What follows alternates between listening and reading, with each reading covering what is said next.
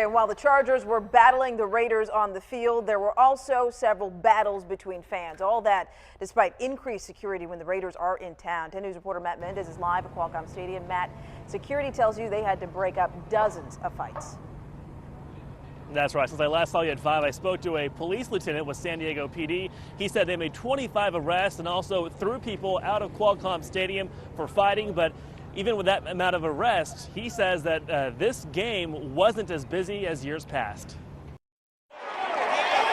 At previous Chargers-Raiders games, we've seen fights break out in the stands. This cell phone video captured in 2012 when police tried restraining a rowdy fan.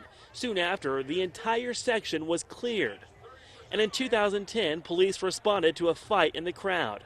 Then last year, this brawl happened between several men in the parking lot. These are scenes all too common for police and fans. It's a little more intense, of course. We've got a little grudge going against them. The Chargers have implemented a fan code of conduct and made special rules for the Raiders game specifically. Kara Adams waited in line to buy a beer toward the end of halftime. They sold beer 2 people ahead of us, and then someone came in and just told them that they're not allowed to sell beer after halftime. She's disappointed but understands. Before the third quarter, fans were only allowed to buy 1 beer at a time, and there was more security on hand. Ronnie Hill says he's noticed a decrease in violence.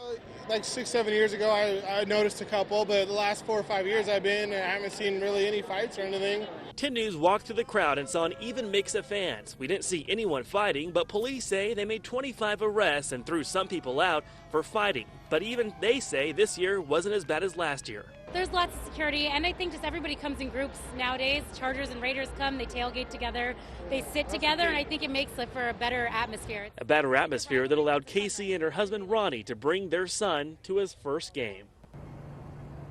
And police say one of those fights happened in the parking lot between a group of guys. Reporting live from Qualcomm Stadium, Matt Mendez, 10 News.